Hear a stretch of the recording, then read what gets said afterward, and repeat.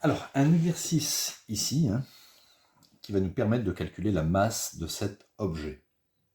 Donc, un exercice qu'il faut bien maîtriser parce qu'il y a la notion de masse volumique et qui utilise aussi un peu la proportionnalité.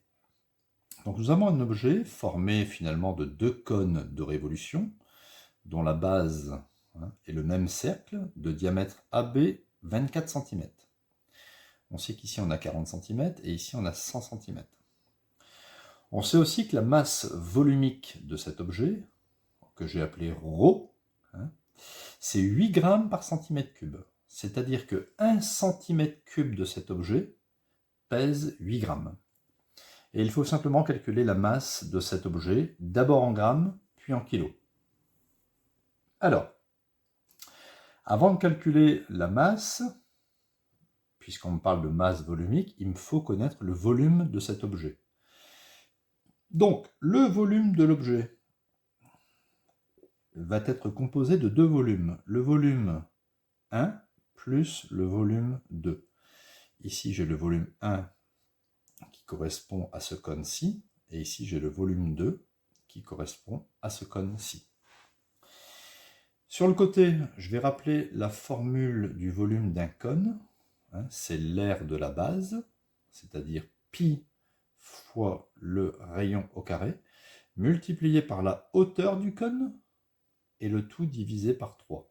Faites attention, pour un cône, on met divisé par 3, mais si ça avait été un cylindre, on ne divise, c'était pi r carré h.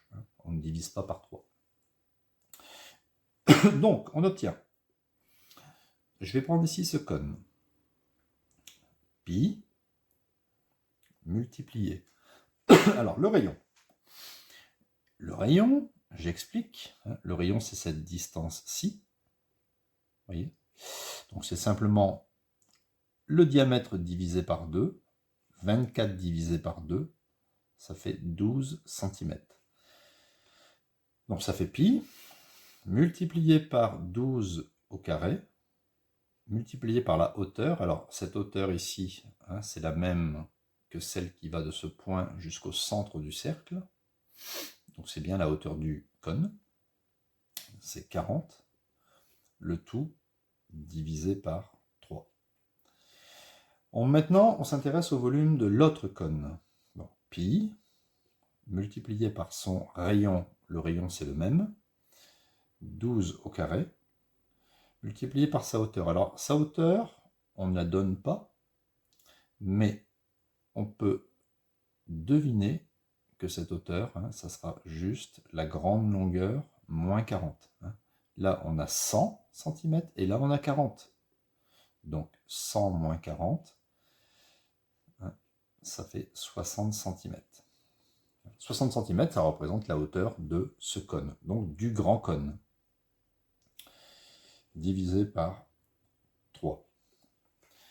Alors, on va pouvoir ici simplifier, peut-être en donner une valeur exacte, et ensuite une valeur approchée. Donc, on obtient 12 au carré, ça fait 144. 144 fois 40, ça fait 5760 pi sur 3, plus, alors ici on peut faire, vous voyez, 60 divisé par 3, ça fait 20, et on fait 20 fois 12 au carré, ça fait 144. On fait 20 fois 144, ça fait 2880 pi. Alors si on va essayer de simplifier 5760 divisé par 3, ça fait 1920. 1920 pi plus 2880 pi.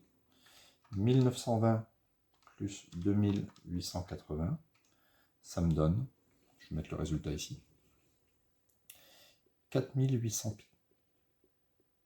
Donc voilà la valeur exacte en centimètres cubes.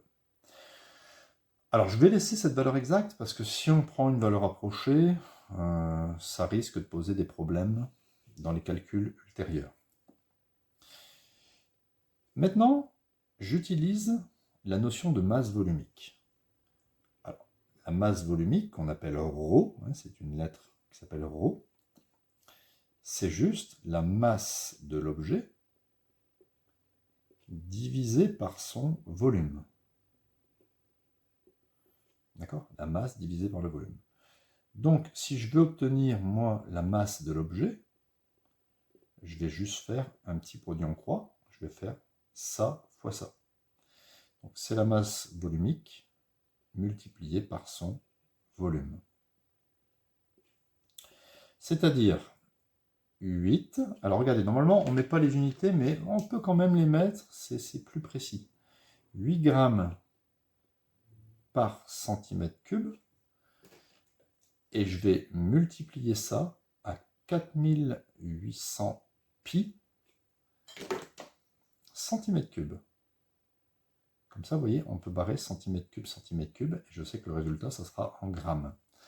Parce qu'il y en a beaucoup qui se trompent, il y en a beaucoup qui vont mettre, voilà, ici, ça sera, imaginez qu'ici, c'est des kilogrammes par mètre cube, ben, ils vont laisser kilogrammes par mètre cube, pour la masse volumique, et ils vont laisser le volume en centimètres cubes. On ne peut pas laisser un volume en centimètres cubes, alors que la masse volumique, elle a été donnée en mètres cubes, par exemple. Donc, j'obtiens 4800 fois 8, ça me donne le volume, pas le volume, la masse de l'objet est égale à 38 400 pi, et le résultat c'est en grammes. Alors maintenant, je vais donner une valeur approchée. Je tape 38 400 fois pi. Donc ça me donne une masse d'à peu près égale à 120. Je vais arrondir à 3 chiffres. 637, derrière il y a un 1. Donc je vais laisser 637. Voilà. 120,637 grammes. Donc pas la virgule, bien sûr. Donc ça fait 120 637 grammes. Et donc, en kilos, ça me donne une masse. Donc pour passer des grammes au kilo, vous divisez par 1000. Donc ça fait 120,637 kg. Arrondi à 10-3 près. D'accord? Si vous voulez l'arrondir à 10-1 près, c'est-à-dire ici un chiffre après la virgule, comme le 3 il est plus petit que 5, ça fera 120,6 kg à 10-1